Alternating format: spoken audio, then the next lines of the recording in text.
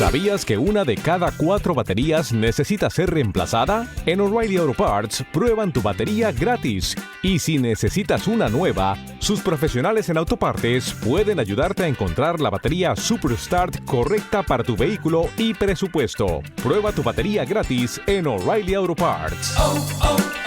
O'Reilly Auto Parts. La mejor FM. Espero disfruten el siguiente podcast escrito por mi persona, haciendo una colaboración con Enrique Krause hace unos años, cuando recién empezaba en este mundo de el podcast, uno de los más grandes narradores de historia mexicana. Espero lo disfruten. Estás escuchando Señales Misteriosas a través de emisoras Gran Colombia de Ibarra, Ecuador, Acti Radio de Tlaquepaque, Jalisco, México, y La Mejor FM. Se quedan en sintonía de Señales Misteriosas. El siguiente programa es presentado a ti por Halas Hot Chicken Wings Restaurant, Dish, Home Entertainment Network, Lion Studio, La Onda Comedy Central Network.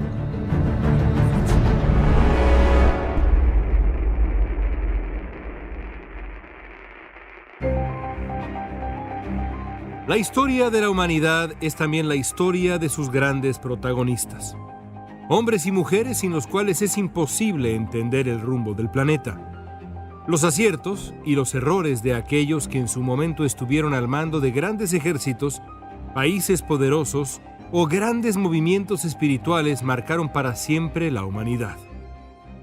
En muchos casos, esas decisiones tuvieron eco por siglos o hasta milenios. Mucho tiempo después de que se extinguiera la llama de la vida de aquel protagonista. Pero la historia no solo pertenece a los hombres y mujeres que por sus logros o su liderazgo se ganaron un sitio imborrable en el gran libro de nuestra memoria colectiva. Por desgracia, la historia también pertenece a aquellos que, en un arrebato pasional o como parte de un cruel cálculo político, arrebataron la vida a los grandes líderes de este y otros tiempos. Y es que la historia está llena de magnicidios que cambiaron casi de un momento a otro el rumbo de países o continentes enteros, o incluso de la humanidad misma. La lista es dolorosamente larga. Habría que comenzar con el que fue quizá el asesinato más célebre de la historia, una muerte que cambió de mil maneras a la humanidad. ¿Qué habría sido de la historia, de las grandes religiones, las artes y las sociedades, si en la Judea romana hubiera prevalecido el temple necesario para evitar la muerte de Jesús de Nazaret, asesinado en una lenta y dolorosa crucifixión hace 2000 años?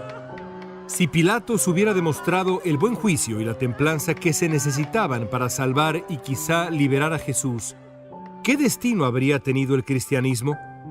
¿Qué habría sido de sus discípulos y sus enseñanzas? Nunca lo sabremos. Pero algo es un hecho. Sin la decisión homicida de Pilatos y la crueldad de los romanos que crucificaron a Jesús, el destino de aquel hombre extraordinario de Nazaret habría sido otro, simplemente distinto. Y con su vida, la de sus ideas y la del mundo. El asesinato de Jesús podrá ser la ejecución más famosa de la historia. Ninguno tuvo, en casi todos sentidos, mayores consecuencias. Pero no fue ni de lejos el único asesinato en cimbrar su época y las siguientes. Poco menos de un siglo antes de la muerte de Jesús, un homicidio tremendamente violento cambió para siempre la historia de Roma. Ocurrió en el Senado romano, en el corazón de la capital del imperio más importante de la historia de Occidente. Corrían mediados de marzo del año 44 a.C., cuando Julio César, el hombre más notable de la historia gloriosa de Roma, ingresó al recinto. César seguramente pensaba que se dirigía a una sesión común y corriente, donde escucharía alegatos y quejas. Lo que encontró fue más bien una de las conspiraciones más complejas y brutales de aquel y cualquier otro tiempo. De acuerdo con las versiones de la muerte del gran general y emperador romano, un grupo de senadores lo rodeó súbitamente. De pronto, alguien lanzó una puñalada, luego otra y después muchas más. César trató de huir, pero resbaló en su propia sangre. Recibió un total de 23 puñaladas y murió al poco tiempo. Es difícil saber qué habría cambiado en la historia romana y el resto del mundo si Julio César hubiera sobrevivido. Pero algo es un hecho.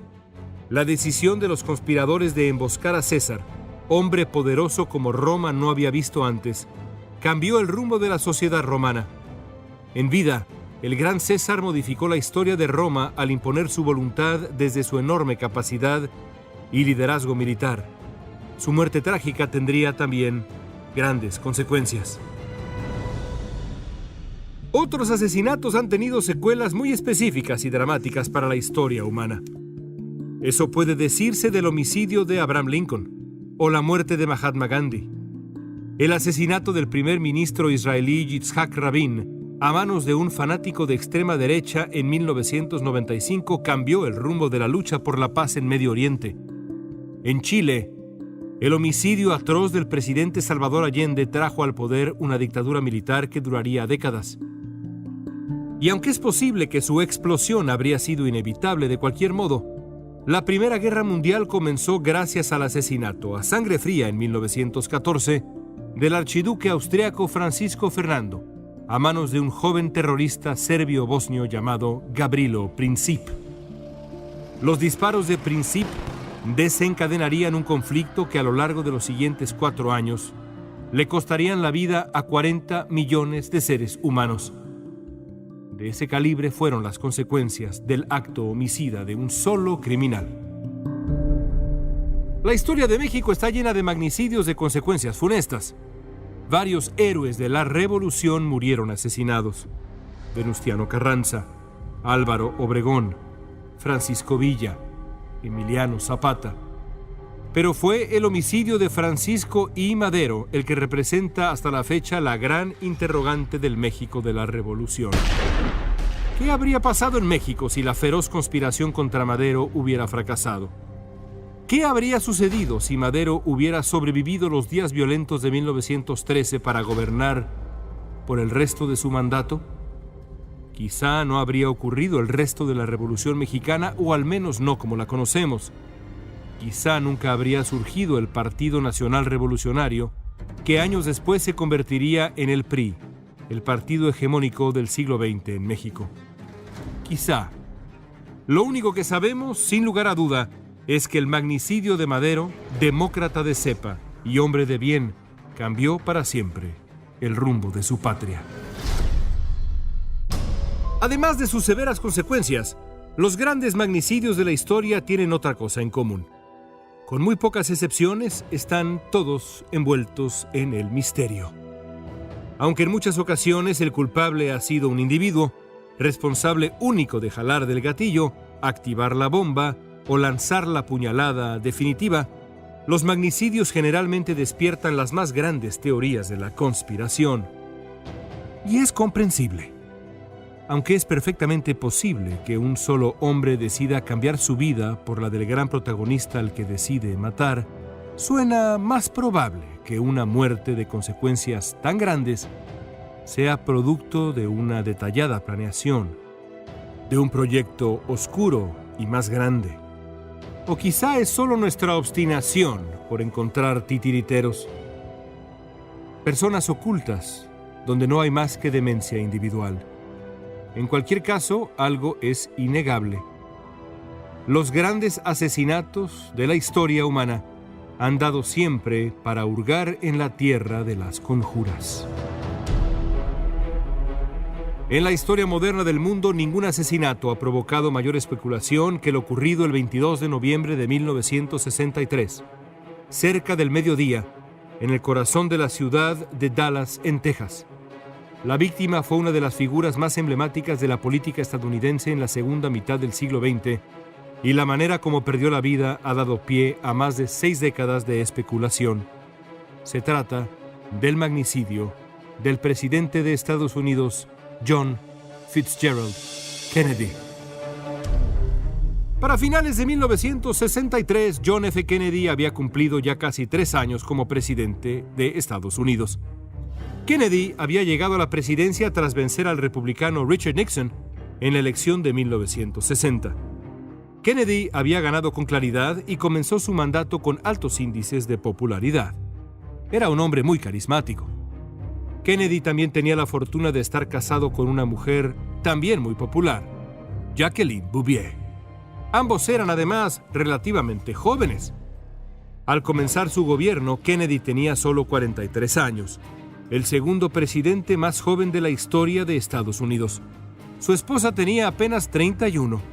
Solo Frances Folsom, la esposa de 21 años del presidente Grover Cleveland en el siglo XIX, fue una primera dama de menor edad. Ambos eran muy jóvenes.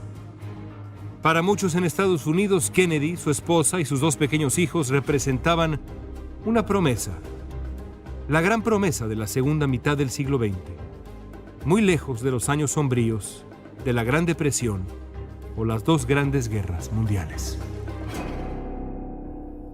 No por nada a aquella época se le conoció como Camelot, en referencia al tiempo idílico del rey Arturo. Pero la poca experiencia de Kennedy también implicaría costos. Para presidente no se estudia, y la historia le tenía reservada al joven Kennedy una serie de pruebas de enorme complejidad.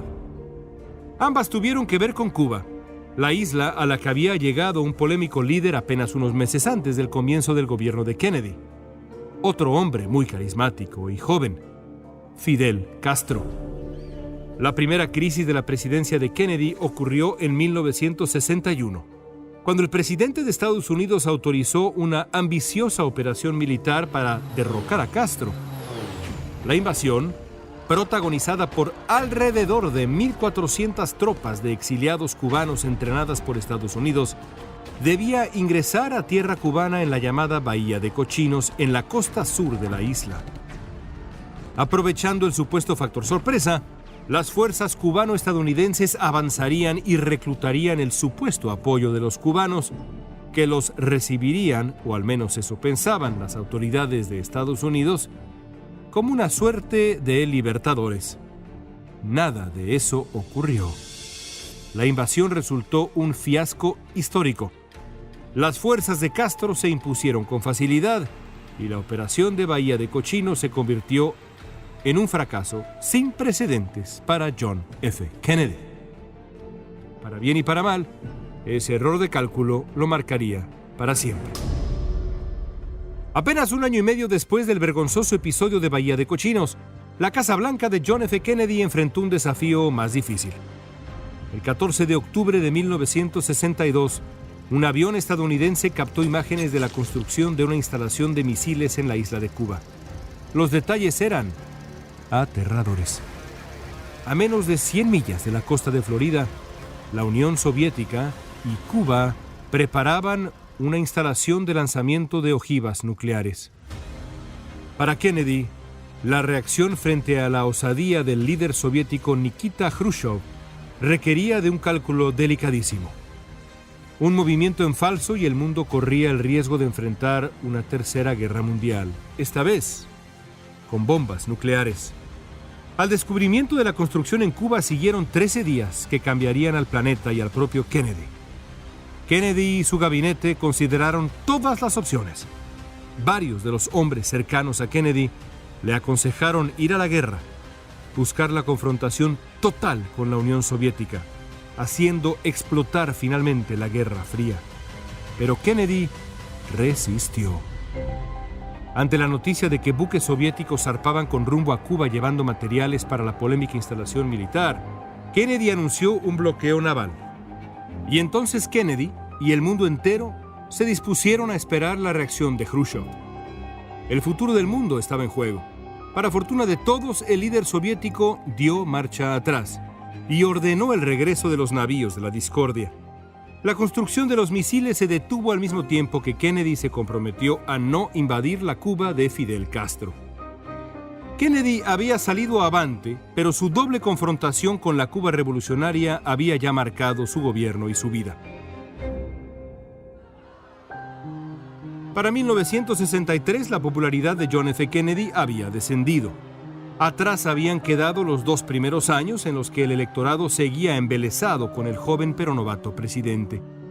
Para noviembre de 1963, Kennedy había comprendido que si quería obtener la reelección en 1964, debía comenzar a hacer campaña, pero sobre todo en estados cruciales para su causa. El más importante de todos era quizá Texas. Fue así como Kennedy, acompañado de su esposa, aterrizó en la ciudad de Dallas, donde el presidente participaría en un evento. En algo impensable ahora, el matrimonio Kennedy planeaba recorrer la distancia entre el aeropuerto y la sede del evento de esa tarde a bordo de un gran auto descapotable, una limusina Lincoln Continental. Junto a los Kennedy viajaban el gobernador de Texas y su esposa. Minutos después de dejar el aeropuerto, el auto de Kennedy entró a la Plaza Dilley, en el centro de la ciudad. Sentado en el asiento trasero del lado derecho, Kennedy saludaba sonriente a la multitud que le daba la bienvenida. El auto pasó por un edificio de varios pisos y grandes ventanas, el depósito de libros escolares de Texas. Allá arriba, en el 6º piso, un hombre apuntaba ya hacia la limusina presidencial. A la derecha del auto, parado en un parque en la plaza, un hombre llamado Abraham Zapruder filmaba el momento para la posteridad. Zapruder no podía saber lo que su cámara estaba a punto de capturar. Un disparo de Lee Harvey Oswald alcanzó a Kennedy en el cuello y al gobernador Connally de Texas en la espalda. Las imágenes en la película de Zapruder son estremecedoras. Al sentir el impacto, el presidente de Estados Unidos se inclina hacia adelante. Sentada a su izquierda, la primera dama se acerca sin entender lo que ocurre. Y entonces, apenas segundos después, sucede un acto de violencia como se han visto pocos en la historia de Estados Unidos. El segundo balazo de Oswald golpea a Kennedy en el lado derecho de la cabeza, haciendo explotar el cráneo y exponiendo de inmediato la masa cerebral. Un disparo brutal. En un acto instintivo conmovedor, la señora Kennedy se encarama a la parte trasera de la limusina tratando de recuperar algún fragmento del cráneo de su marido, el presidente de Estados Unidos. No hay salvación. John F. Kennedy había muerto en un episodio de preciso y horrendo terror, hecho mucho peor por la evidencia captada en la breve cinta de Zapruder. Los disparos que robaron la vida de Kennedy de inmediato dieron pie a una investigación para detener al responsable de semejante magnicidio. Lo primero que había que conseguir era la captura del autor material, el hombre o los hombres que habían disparado contra Kennedy en Dallas. En muchas ocasiones, los responsables de estos homicidios atroces son detenidos casi de inmediato. Así ocurrió con José de León Toral cuando mató a Álvaro Obregón en la Ciudad de México, con Gabrilo Principe en 1914 y hasta con Mario Aburto, asesino de Luis Donaldo Colosio en 1994, en Tijuana.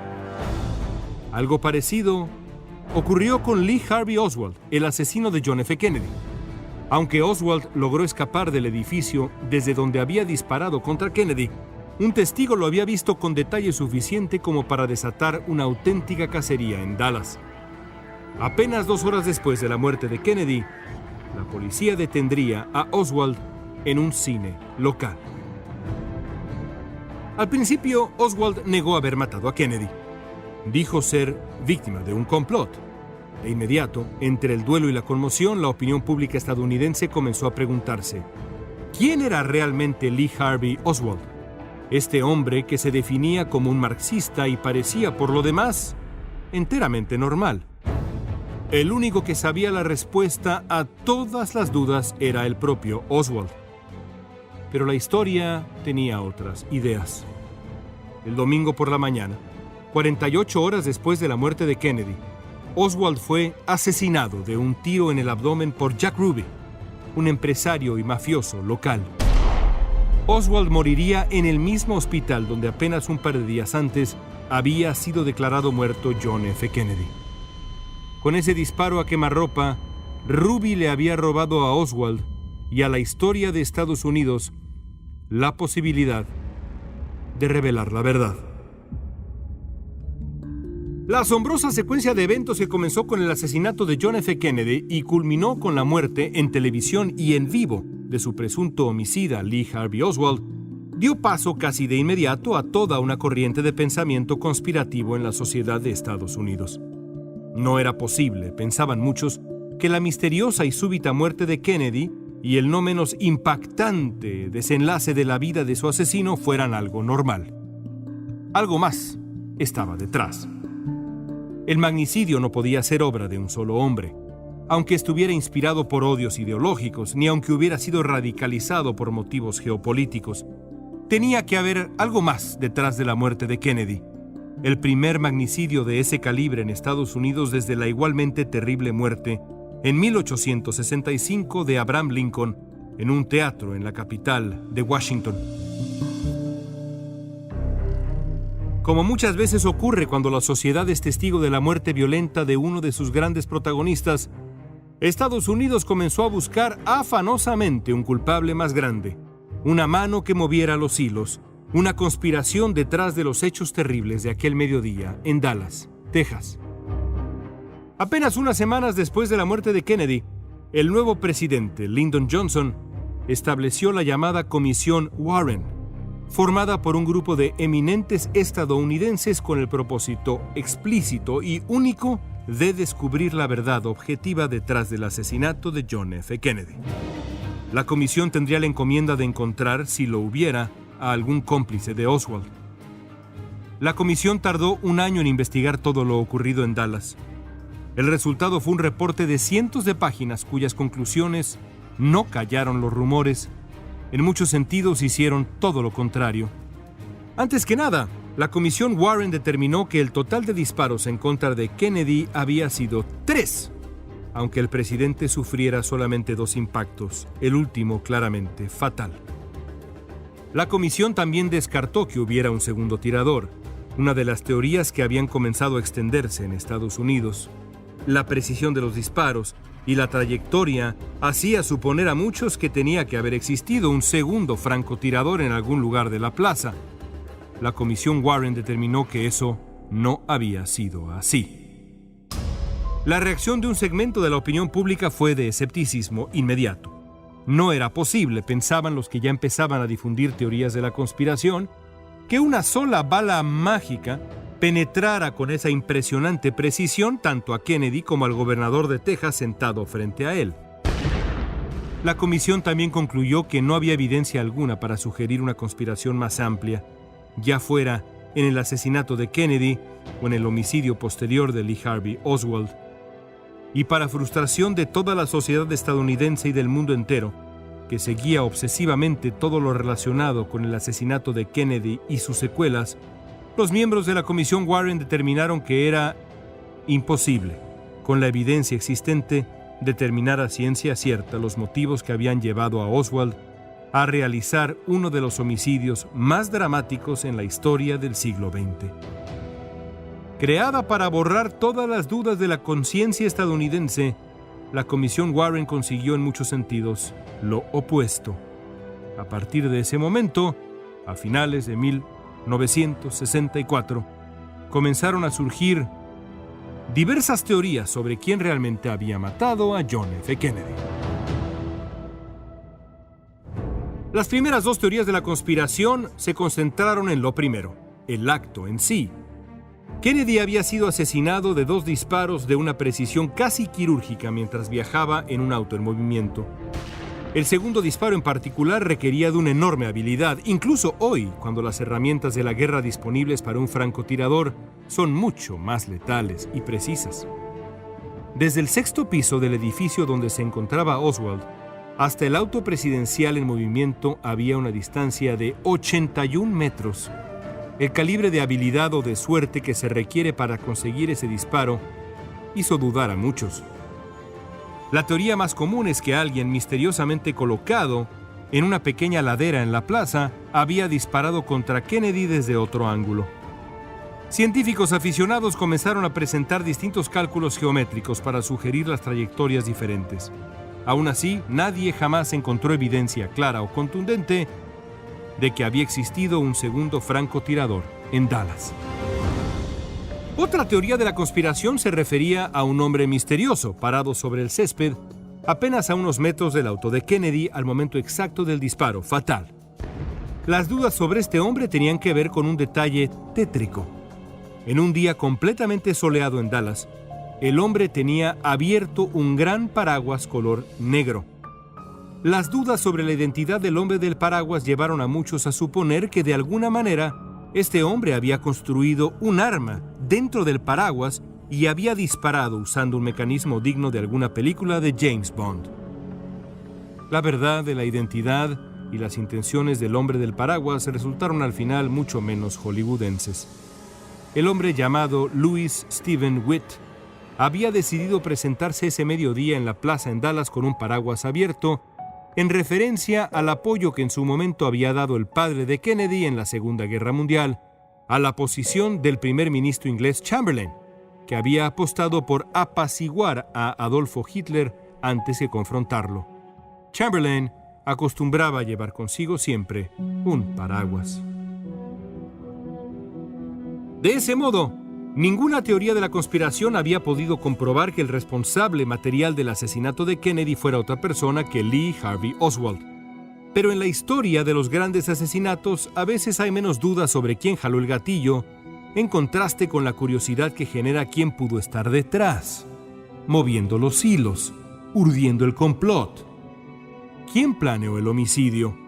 ¿Fue solo Oswald en su locura? ¿O había alguien impulsándolo, llevándolo a cometer ese acto atroz? Esa pregunta ha cautivado la imaginación de millones desde la muerte de John F. Kennedy en Dallas. Quizá la teoría más común sobre los posibles autores intelectuales del homicidio del presidente Kennedy apunta a la mafia estadounidense. Los que defienden esta hipótesis esgrimen dos razones históricas. La primera tiene que ver con los esfuerzos de Robert F. Kennedy, hermano del presidente y fiscal general de aquel tiempo en Estados Unidos, por contener a las organizaciones criminales del país. El joven Kennedy había comenzado una serie de medidas que afectaban los intereses de la mafia. A eso, dicen los que creen en esta teoría, hay que sumar el fallido intento del presidente Kennedy por derrocar a Fidel Castro. La mafia estadounidense, que había invertido cantidades enormes en los casinos en Cuba, necesitaba afanosamente recuperar el control de la isla. Quizá, se piensa, la mafia decidió cobrarse de la peor manera el fracaso de Kennedy en su intento por acabar con el gobierno de la Revolución Cubana. El hecho de que Lee Harvey Oswald fuera asesinado por Jack Ruby, un mafioso de Dallas, apenas unas horas después del asesinato de Kennedy, no hizo más que fortalecer las sospechas. Aún así, no hay evidencia contundente alguna que permita concluir que el magnicidio de Kennedy fuera obra de las organizaciones criminales de Estados Unidos o de cualquier otro país. Las otras dos grandes teorías de la conspiración de la muerte de Kennedy giran de una manera u otra alrededor del régimen cubano de Fidel Castro. Una de ellas sugiere que Oswald había sido usado por el gobierno cubano y la Unión Soviética para matar a Kennedy. La clave de esta hipótesis está en los días que Oswald pasó en la Ciudad de México en septiembre de 1963, apenas un par de meses antes de matar a Kennedy. Aunque hay alguna evidencia que demuestra que Oswald intentó desesperadamente ponerse en contacto con miembros del cuerpo diplomático de Cuba y de la antigua Unión Soviética, no existe realmente un argumento convincente que demuestre un vínculo lo suficientemente grande como para responsabilizar a La Habana, a Moscú o a cualquier otro gobierno de planear la horrenda muerte de Kennedy. La última gran teoría de la conspiración también se relaciona con Cuba, pero desde el otro lado de la ecuación. De acuerdo con esta versión, un grupo de rabiosos anticastristas, incluidos miembros de la CIA, conspiraron para matar a Kennedy, usando a Oswald, un hombre inestable y peligroso, como peón. Esta teoría pertenece sobre todo a la mente del fiscal general de Nueva Orleans, Jim Garrison. Garrison, que se haría famoso por haber inspirado la película JFK de Oliver Stone, sostenía que Kennedy había sido víctima de un complot para cobrarle su supuesta debilidad frente a la consolidación del régimen comunista de Cuba. Garrison creyó tanto en su hipótesis que incluso llevó a la corte a los protagonistas, sobre todo a Clay Shaw, un empresario de Nueva Orleans que Garrison veía como pieza clave en la conspiración para matar a Kennedy. Pero Garrison nunca logró convencer al jurado. Shaw fue declarado no culpable. ¿Quién mató entonces a John F. Kennedy? Lo más probable es que Lee Harvey Oswald jalara del gatillo.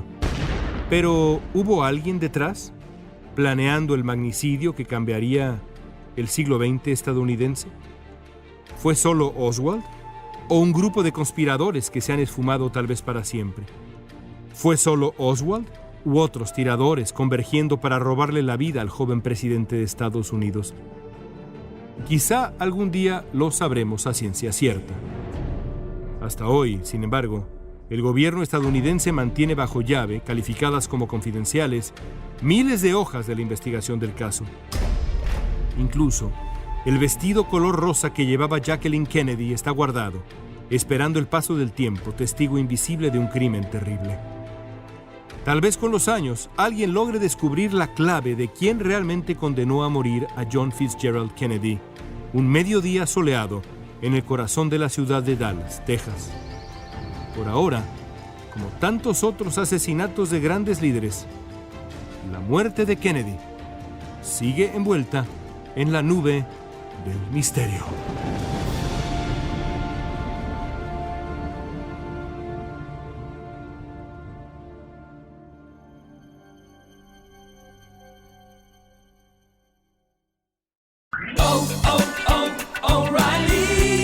¿Sabías que una de cada 4 baterías necesita ser reemplazada? En O'Reilly Auto Parts prueban tu batería gratis. Y si necesitas una nueva, sus profesionales en autopartes pueden ayudarte a encontrar la batería Superstart correcta para tu vehículo y presupuesto. Prueba tu batería gratis en O'Reilly Auto Parts.